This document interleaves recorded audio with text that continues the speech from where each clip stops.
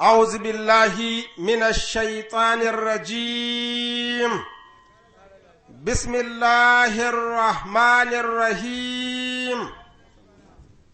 الأمة الدنيا السلام عليكم ورحمة الله وبركاته. wato yau shine ranar 17 ga watan 8 shekara 2023 miladiya, amma in ji malaman tarihi. Kuma na farko a cikin tafsiri da muke na Alhamis, yau karatunmu zai karkata ne bisa ga neman zaman lafiya ga yankinmu, ƙasanmu, wato Afirka baki ɗaya, kan wata dambarwa da ke faruwa tsakanin ƙungiyar ECOWAS da kuma wato ƙasar Nijar. Shi yasa karatunmu yake da take, saboda saƙo ne za mu ba al'ummar duniya. Ga mu cikin garin Dutsen ma Katsina State, amma saƙon na duniya ne.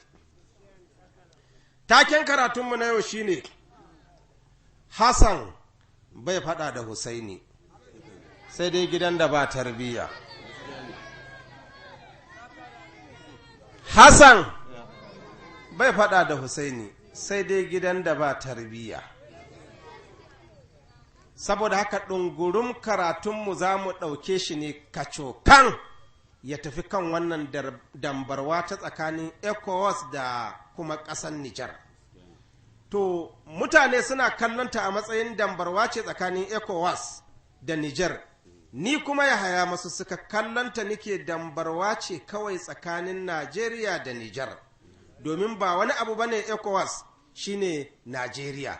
Domin su kansu 'yan majalisu sun ce kaso 75 na kaf kungiyar ECOWAS ɗaukar ɗawainiyarta yana kan Najeriya ne, saboda ita ce uwa a yankin Afirka. To don haka kenan sai mu ce dambarwa ce tsakanin Najeriya da Nijar. To akwai abubuwa da dama da ya dace a kan ECOWAS suke da haƙƙi, akwai abubuwa da dama kuma wanda ya karkata ne zuwa ga su shugabannin sojoji da suka yi juyin mulki a ƙasar Nijar. Kowa ya kamata ya ba da gudunmuwa wajen zaman lafiya ga wannan yanki. Na farko, su shugabannin ECOWAS yana da kyau su yi tunanin irin zumuncin da za su farraka matuƙar suka ce za a yi yaƙi tsakanin Najeriya da Nijar.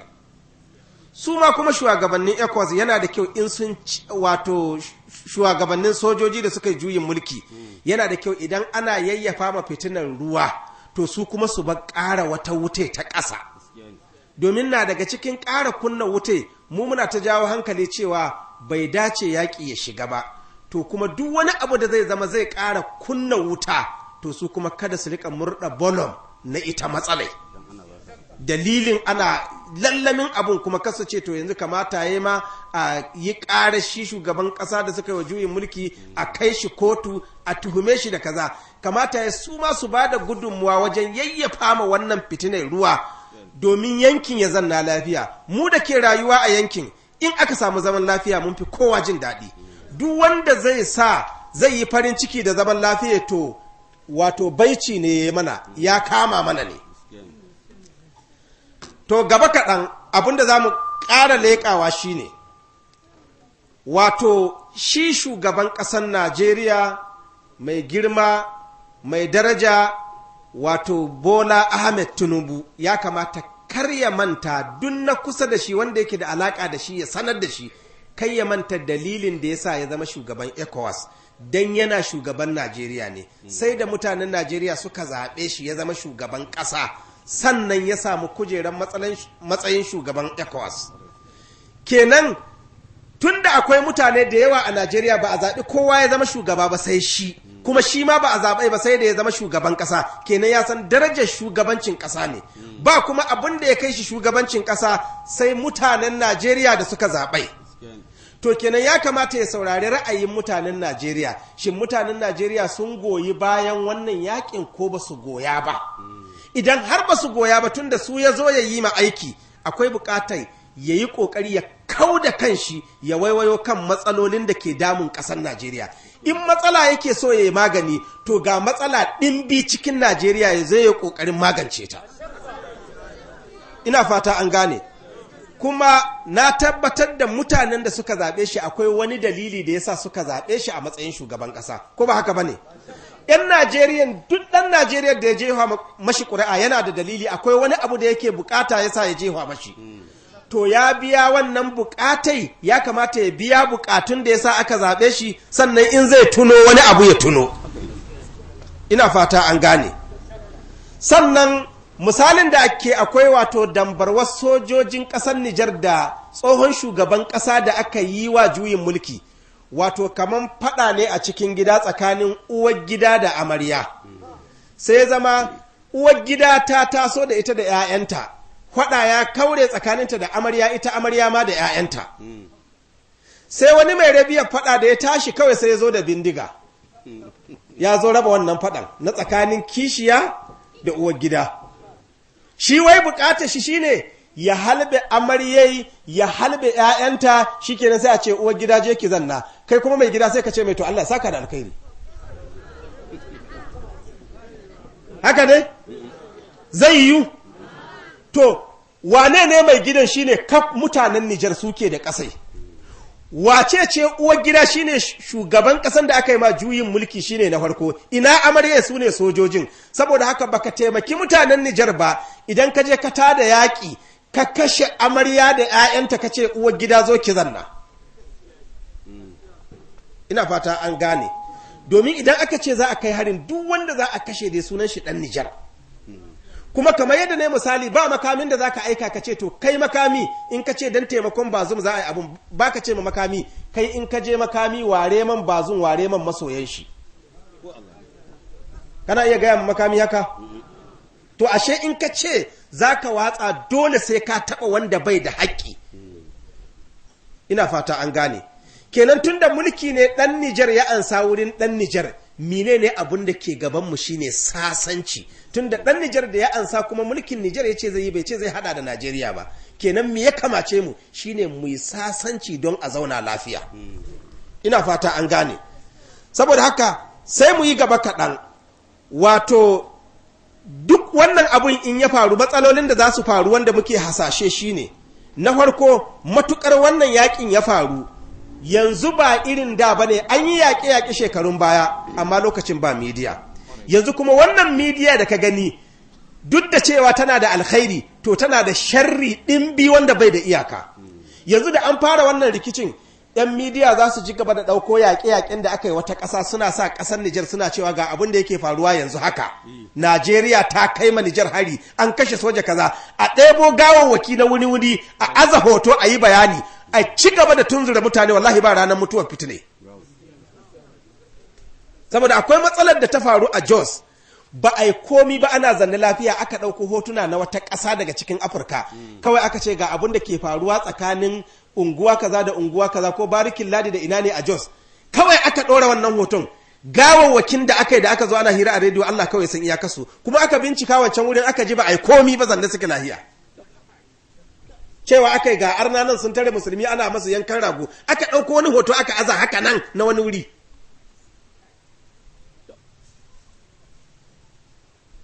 To ina tabbatar maku akwai matsala yanzu ta midiya, yanda koyaya wuta take, wallahi za a ci gaba da rura ta, ko a nuno sojojin a ce ka 'yan Nijar su ma sun kashe 'yan Najeriya, a ci gaba da ɗauko bala'o'i ana faɗi, wanda fitine kullum ruruwa za ta riƙa yi. Saboda haka mu yi hattara, in ba a fara ba, kaga ɗan midiya bai da dama wannan sharrin.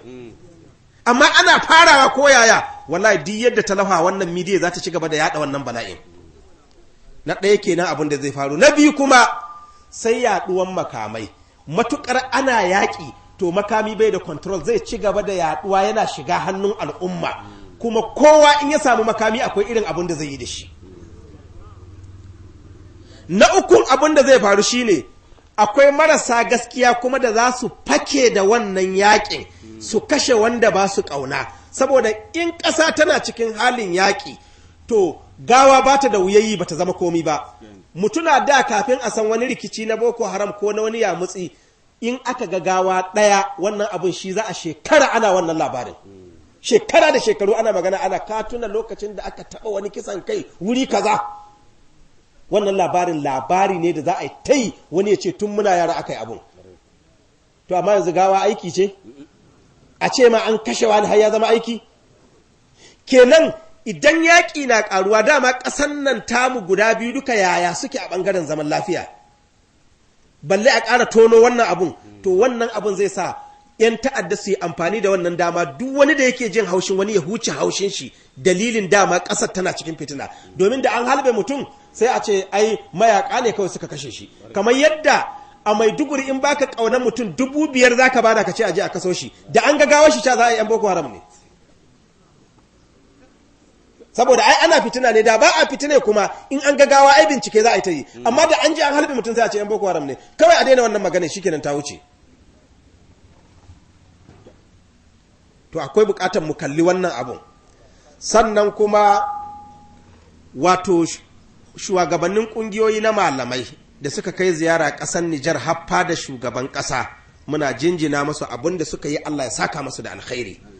Kuma abin da ya rage sauran duk wani mai ruwa da tsaki, ɓangaren malamai suna iya yin su, to kowane ɓangare idan kai sanata ne kana da abin da za ka tofa, in kai ɗan majalisa ne, in kai sarki ne na gargajiya, in kai gwamna ne, duk wanda yake faɗa a ji, muna kiransu kowa ya sa baki ya ba da gudunmuwa wajen fahimtar da shugaban ƙasa da kuma nusar da duk wanda ke da ruwa da tsaki wurin haddasa wannan yakin, ya zama wannan wuta an kashe ta, saboda in ta taso ba ruwanta da ta ce kai wace ƙungiya kake yi, kai wani ɓangare kake, in bala'i ya taso share kowa yake yi.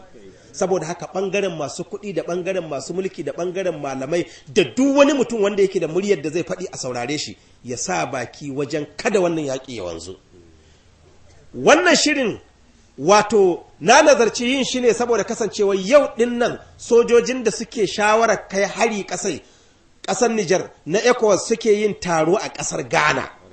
Shi yasa nake son al'ummar duniya kowa ya sa baki, ya za a yi a fahimtar da shugabannin ƙasashe da kake ji ana cewa shugabannin ECOWAS na ƙasashe kaza, duk ƙasar da take cewa ta goyi bayan ayyakin ba wadda take da kusanci da Nijar kamar Najeriya.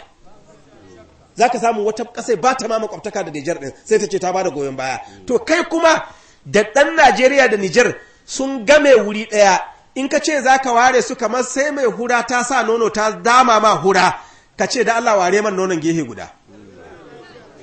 To baka da bambanci da wanda ya ce bari ya raba ɗan Najeriya da ɗan Nijar. Ko mai hura in ta gama damu kana iya cewa ware man nonon. Mu yi gaba kaɗan.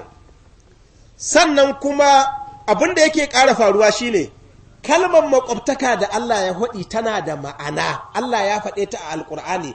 To tun da Allah ya magana kyautatawa makwabci, su fa 'yan Nijar makwabtanmu ne.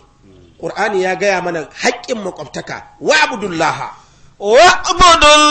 wala tushriku bihi shay'a, da waƙafi lahum wa bil walidayni ihsana, wa bizil qurbi wal yatama wal masakin wal jari dhil qurbi wal jari al junubi was sahibi bil jambi wa ibn sabili wa ma malakat aymanukum. wal jari kammen jara yabahin 20 ne, sannan kuma da aka ce wa sahibi bil jambi shi ma kammen 9 ne, cammen shi ma 9. Allah ya ce wa abudullaha ku bautawa Allah wala tushriku bihi shay'an, kakku hada kowa da shi, wa bil walidaini ihsanan. Menene muhalli shahid din mu a cikin karatun? Cikin waɗanda Allah ya ce ka kyautata mawa sai aka ce wal jari zil qurba wal jari lil junubi, da makwabci wanda yake dama dan uwanka ne na jini, sai aka ce wal jari lil junubi, da kuma makwabci wanda baku da alaka ta jini, makwabtaka ce Allah ya hada ku, sai Allah ya ce ku kyautatawa juna. Ashe makwabtaka akwai ta gida, akwai ta gona, akwai ta masana'anta shago kenan, akwai ta ƙasa, akwai ta zaman kujera abun hawa, kawai ku shiga mota wannan na kusa da kai makwabcinka ne. Don haka ƙur'ani cewa ku kyautatawa makwabtaka, don haka kenan yanzu wajibi ne 'yan Nijar su kyautata mana, mu ma mu kyautata masu, mun yi aikin da Allah ya ce.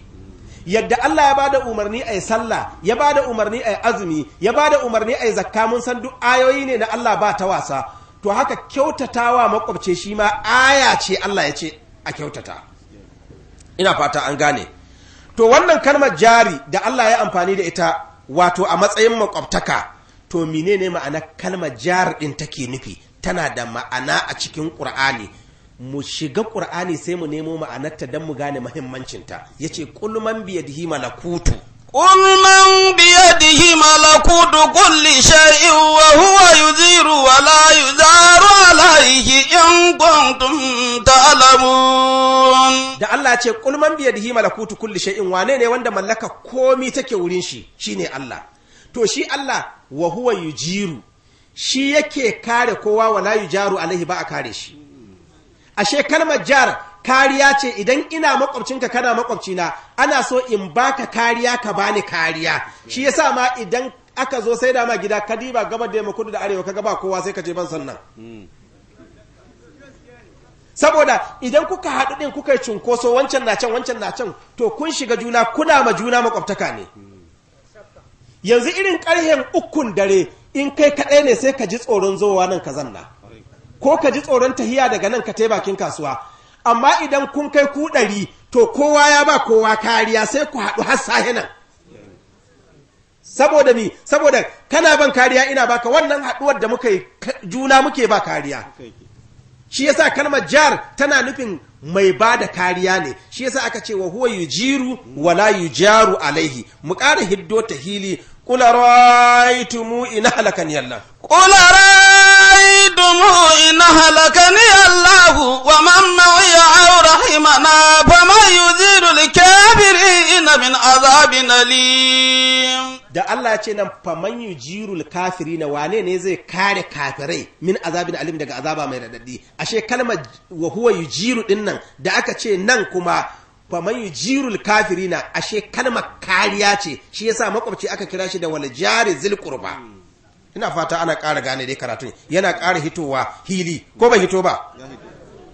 Shine ma'ana wato ina halakani Allah wa mamma iya aurahima na, sai ya ce mi faman yujirul kafirina min azabin alim. Mu ƙara gaba cikin waɗannan ayoyi da Allah ya faɗa sai mu ce ƙulinni lan yujirani min Allah, ƙulinni lan yujirani min Allah ahadu wa la najida min dunihi multahada. yace ƙul ga ya masu inji Annabi Muhammad, yace inni ni lan yujirani min Allah ahadun, ba wanda ya ya kare ni daga Allah in na saba mashi. Ashe lan yujirani din kariya ce. Shi yasa aka kira makwabci jar. ƙara wata wa izi zayyana lahum ash-shaytanu a'malahum wa qala la ghaliba lakum al-yawma min an-nasi wa inni jarul lakum. wa izi zayyana lahum ash-shaytanu a'malahum, tuna lokacin da shaytan ya kawatawa kafare mugun aikin su na su je su yaƙi mu'minai. wa qala la ghaliba lakum al-yawma min an-nasi, shaytan ya kawata musu cewa ba wanda ya isa rinjaye ku. wa inni jarul lakum, ni mai taimakon ku ne, zan kare ku. Ashe kalmar jar menene? Ba da kariya. Shi yasa Bahaushe ma ya ce makwabci. Ka zama nan makwabci, Hausa ce aka datse ta, kamar yanzu in na ce mataimaki, ina nufin mai yi man mai taimaka mani, ko ba shine mataimaki ba? To makwabci kuma makwaci ne, in bala'i ya taso sai zai kwato ka. Shi yasa Bahaushen Kano ya ce makoci, na Katsina kuma ya ce makwabci. Duk dai maganan makwaci ne, in bala'i ya zo to yana iya kama maka ya kwato ka daga bala'i. Ina fata an gane. Kuma kamar yadda na ce, duk ƙasashen da muke lissafi ba wanda yake da makwabtaka ta kusa da kusa kamar Najeriya da Nijar, a sauran duk ƙasashen da suke cewa sun ba da goyon baya a yaƙi. Domin mu muna da makwabtaka da Nijar. Idan ka lissafa a ƙasashe 7, wato jahohi 7, wanda in ka gaure ɗan Nijar da ɗan Najeriya a wurin ma ba ka iya gane su kallo ɗaya. Mu'amalolinsu ɗaya ne don sun gaure sun zama abu guda. Ka ɗauko tun daga kan jihar Borno, wadda take da herkwata a Maiduguri, tana da makwabtaka da Nijar. Sai Yobe, da take da wato herkwata a Damaturu, ita ma tana da makwabtaka da ƙasar Nijar. Sai mu ɗauki Jigawa, wadda take da headquarter a Dutse, ita ma tana da makwabtaka da ƙasar Nijar. Sai mu ta yi Katsina, wadda take da headquarter kuma a Katsina, ita ma tana da makwabtaka da ƙasar Nijar. Sai mu je Zamfara, mai headquarter a Gusau, ita ma tana da makwabtaka da da Nijar, sai mu je Sokoto mai headquarter a Sokoto, ita ma tana da makwabtaka da ƙasar Nijar, sai mu je Kebbi State mai headquarter a birnin Kebbi, ita ma tana da makwabtaka da ƙasar Nijar. To, ka tuna idan wannan yakin aka zunguro shi ta yamuce gaba ɗaya aka ci gaba da kashe-kashe ana yaƙi, mutanen kudu dama suna cewa a raba ƙasa, cewa za su tun da abin da ya zama rikici a raba mu. Ana rabawa aka ware arewa, to mu mun shiga tsaka mai wuya, kudu ba su shiri da mu, arewa ba su shiri da mu. Saboda haka tarko ne wanda za mu yi hattara da shi, ina tabbatar mana wallahi in muka fada shi wallahi tanmu sai dai Allah. Saboda irin wannan makwabtaka da ke akwai tsakaninmu da Nijar da Allah ya ce mu taimaki junanmu, ku sani su 'yan Nijar da 'yan Najeriya duka ana zaman wannan taimakon junan ne domin duka muna taimakon juna ne a zamantakewar da ake yi. Akwai ɗan tarihi kaɗan da na bada a shirin da na yi baya lokacin da aka yi yaƙin basasa 1967, lokacin da inyamurai kudu suka ce za su ɓalle daga Najeriya. Wannan rikicin da ya yamutse ya taso, mutanen ƙasar Nijar takakkiya gwamnatin Najeriya ta aika su Hassan Usman Katsina, su Ali Aqilu, aka aika su suka je lokacin Jori Hamani, suka je ka karanta tarihi, suka je suka rauki cewa suna so Nijar ta ba da gudunmuwa, ta ba da mayakanta a yaƙi waɗannan masu so su ɓalla Najeriya biyu. Jori Hamani kuma ya ba da dama mayakan suka taho, aka jera da su, suka yi ƙoƙari suka ba Najeriya gudunmuwa don ta cimre yanzu ta zama ƙasa ɗaya. To ya kamata mu bari kuma wani rikicinsu na cikin gida ya ce kuma shi zai haddasa mu yaƙi. Kuma ga yarjejeniyar da aka yi ta wannan kayinji ta zancen wutan nefa, ita ma an yarjejeniya ne akan duk bayan lokaci za a riƙa jaddada wannan yarjejeniya na cewa su kasu gina dam, domin in sun gina namu zai rage ƙarfi, sai aka ce to mu Najeriya mu gina wato wannan dam ɗin mu sa wato injinan da za su ba da wuta, amma mu sai mu ba Nijar wuta, amma kuma ba kyauta ba, biya za ta riƙa yi a farashi mai sauƙi tunda ita an ce katta gina mu gina. Kuma in aka yarjejeniya sai an biya kuɗi.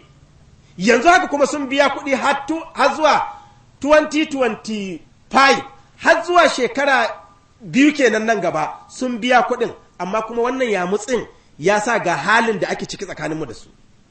Duk ka je ka karanta wannan tarihin.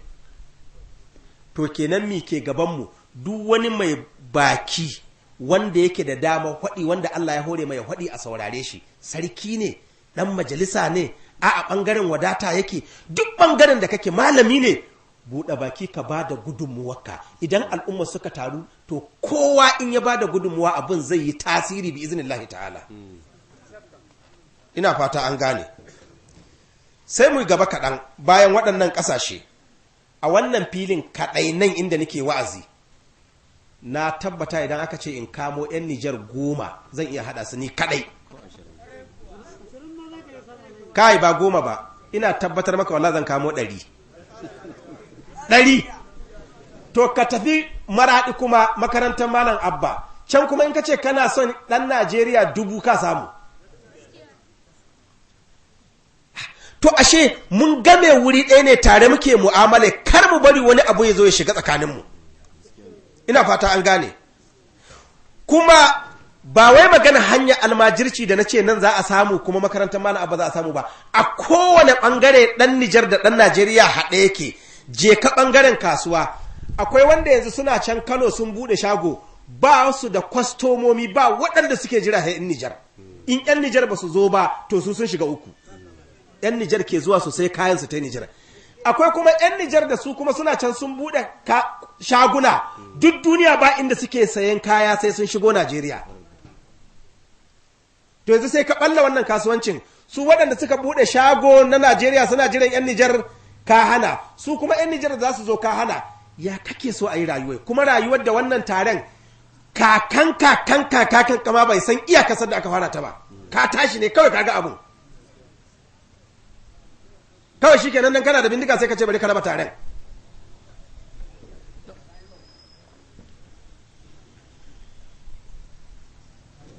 Mu yi gaba kaɗan.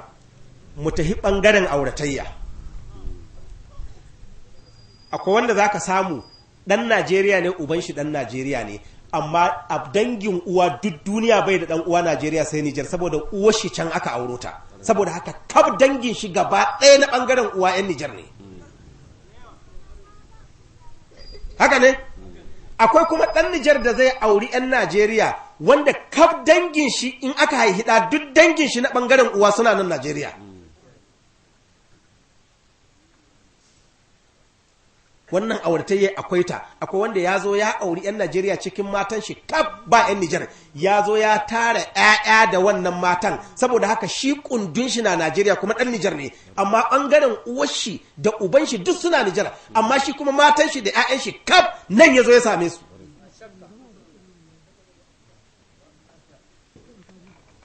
Saboda haka wannan abun fitina ce ba karama ba, wanda in aka fara ta wallahi azimi ba wanda ya san iyakarta. Saboda haka kuma shi taruwar ɗan adam kamar yadda muka ce za a samu mutum wanda dangin shi suna nan, dama shi ai ɗan adam daga rai ɗaya ne ya kai rai biyu, adam ne da matar shi, duk yawan duniya da haka aka tara su, ko ba haka ayat ta ce ba?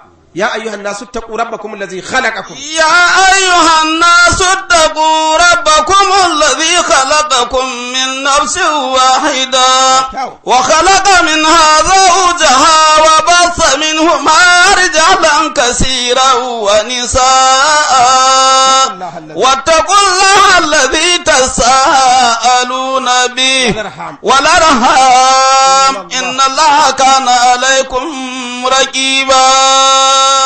kuma kamar yadda nan aka ce wa bassa minhuma rijalan kathiran wa nisaa, kenan komin yawan al'umma da kaɗan suka faru, da haka kenan akwai ɗan Najeriya da yana Nijar yayi reshe yayi jijiyoyi ya tara ɗimbin al'umma, akwai kuma ɗan Nijar ɗin da yana nan cikin Najeriya, kuma akwai wanda shi sha'anin neman shi ma kuma nan Najeriya Allah ya shi amma bai iya samun kuɗi ko ina sai ya je Nijar. Akwai wanda shi kuma Nijar ɗin yake ba inda zai je samu kuɗi sai Najeriya, nan Allah ya buɗa mashi, saboda shi sha'anin nema wato Allah bai kaddara cewa wai arzikinka yana garin da aka haihe ka ba, bai zama dole ba. Zai iya yiwa wani arzikin shi na garin da aka haihe, wani kuma arzikin shi bai nan sai ya bar garin. Mu ɗauka yanzu Kano, duk wanda zai je sarin kaya yawanci Kano zai je, haka ne? To ka tahi Maraɗi sai ka tanda wanda shi haihuwar Kano ne, amma ba inda yake hudda sai ya baro Kano ya je Maraɗi. Wani sai ya bar Kano ya tayi Mai, wani sai ya bar Kano ya tayi Zandar, can Allah ya aje shi. Akwai wanda shi kuma yana Zandar ɗin, shi kuma ba inda zai samu kuɗi sai ya zo Kano. Ko ba haka sha'anin nema yake ba? Ko a cikin Najeriya akwai wanda Lagos aka haihuwai amma Kano yake nema. Akwai wanda shi kuma Kanon aka haihe shi amma Lagos yake nema, shi haka sha'anin nema yake. Kilashin ake kawai kaga wani ya gabas wani ya yamma, kowa da inda Allah ya buɗa mashi yake samu. To ashe talle ba ta yi ma'audi gori shi ne ce ya ibadiyar lazina amanu inna ardi. Ya ibadiyar lazina amanu inna ardi wasi'a. Hassan bai faɗa da Husaini sai dai gidan da ba tarbiya, sai Allah ce ya ibadiyar lazina amanu, ya ku bayi waɗanda suka imani inna ardi wasi'a, ƙasar Allah mai yalwa ce. Saboda haka rabawar da aka yi aka ce wai ƙasar Nijar daban ta Najeriya daban, wannan rabon yana can kan takarda, amma ga hudda wallahi tare ake, can yake ga takarda, can ne aka ce nan Nijar ce nan Najeriya, amma ga mu'amala wallahi duk abu ɗaya ne, tare ake kasuwa, tare ake addini. Makarantun da 'yan Nijar suka gina Najeriya suna da yawa, makarantun da 'yan Nijar suka gina 'yan Najeriya suka gina Nijar suna da yawa. Mu ɗauki Riyadul Qur'an ga ta nan cikin garin Katsina, duk wani ahalus suna ya san da zamanta domin akwai malamai da dama wanda nan suka karatu. Rabe ɗan Caɗuwa ya gina ta, ɗan Nijar ne.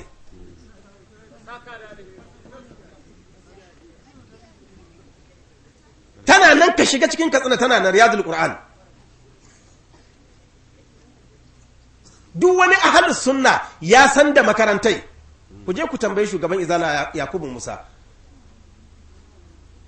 Allah saka ma wannan kungiya wannan kokarin da suka yi na zuwa, ni tunda ake kungiyoyin addini ni ba su ma taɓa faranta min rai irin wannan karon ba, irin yadda naga sun haɗa kai ya kajunan su, domin kowace kungiya sun je suka haɗa kai suka je suka zauna da sojojin nan suka tattauna da su.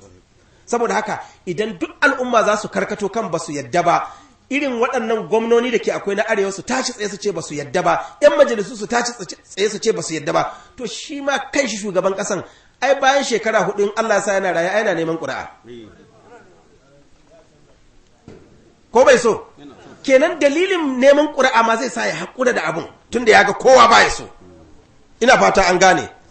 Saboda haka wannan ɗan zaman lahiyar da Najeriya take ciki yanzu mu haka kai zaton zanne take lahiya. A'a, ba wai zanne take lahiya ba, amma 'yan lahiyar da ke akwai ita ake so ta ɗore. Wani bawan Allah ne yana ɗan jin jiki haka sai je aka bashi magani, da ya sha maganin sai jiki ya kwaɓe, sai rika cewa Allah 'yan lahiyar gada na rena mai samman ita. 'Yan lahiyar gada na rena Allah mai samman ita. وضرب الله مثلا قرية كانت آمنة مطمئنة يأتيها رزقها رغدا من كل مكان فكفرت بأنعم الله فأذاقها الله لباس الجوع والخوف بما كانوا يصنعون. حسن bai hada da Husaini sai dai gidan da ba tarbiya. Allah ce wadaraballahu masalan qaryatan kanat aminatan mutma'innatan yace fa kafarat bi an yatiha rizquha ragadan min kulli makanin sai yace fa kafarat bi an umillahi fa azaqaha Allahu libasal ju'i wal khawfi bima kanu yasnaun. Allah ce akwai alƙaryar da suna zanne lahiya fa kafarat bi an umillahi sai suka butulce wa ni'imar da Allah ya masu, shine suka sa kara suka rika zungurar hitina tana nokewa, suna zungurarta tana kaucewa har suka ci sa'a suka zunguro ta taɓaro bisa kansu baka sa'a. To mu ma yanzu an ɗauko karan ana zungura, a'a cikin zungura ake, ana gane ana zungura ta yanzu haka. Billahi lazi karan muke wata ya dace a zanna lahiya, saboda masu waɗanda suke kusa da shugaban ƙasa akwai buƙatar su gaya mashi shi yanzu tun da mutanen shi na Najeriya kowa ya buɗe baki ya ce bai goyon bayan wannan abu, to ya za ka ɗauko mutanen wasu ƙasashe ka ce ƙungiyar ECOWAS wai su za ka nemi shawarar su da su za ka yi abun tun da mutanen ƙasar ka ba su so, kuma kai ɗan ƙasar nan ne, ‘yan ƙasar nan suka zaɓe ka zama shugaban ƙasa, darajar shugabancin ƙasan ya sa har aka baka aka ce kai ne shugaban ECOWAS.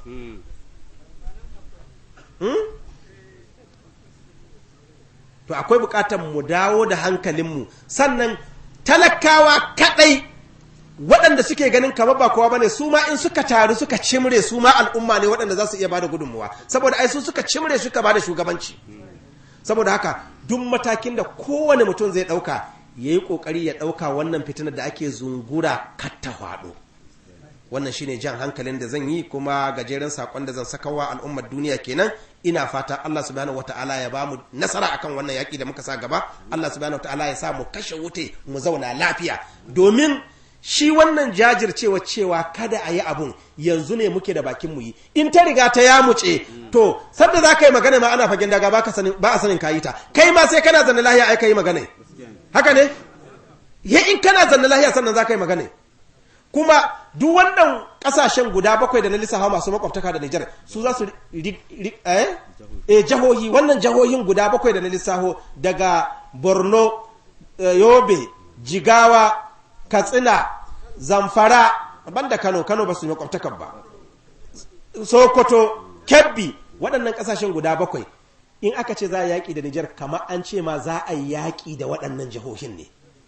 Kuma yaƙi da waɗannan jihohin yaƙi da arewa ne gaba ɗaya, saboda waɗannan jihohin su kuma suke makwabtaka da sauran wato jihohin arewa, sai in suna zanne lafiya, domin ko 'yan Nijar ɗin da an matsa musu wannan za su rigino su taho.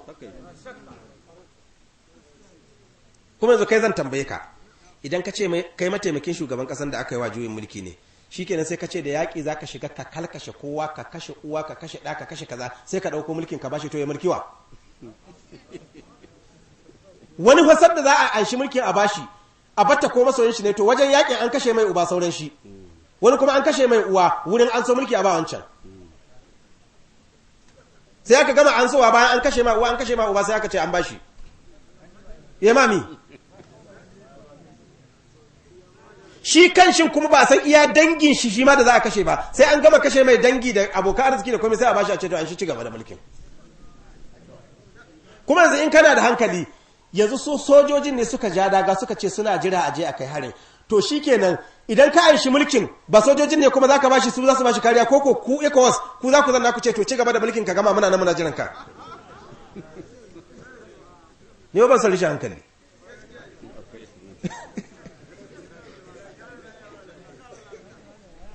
shikenan sai ku je ku tada ya mutsi bayan kun gama kuma sai ku ce to sojojin da muka yaki da ku to ga shugaban kasar nan kuma mun tayi ku ci gaba da bashi kariya ko na wata ƙasa za ku kwaso ku ce to su ci gaba da tsaron shi duk shugaban ƙasar duniya sojojin ƙasar shi ne ke tsaron shi to sai kun gaba yaƙi da sai ku ce to gashi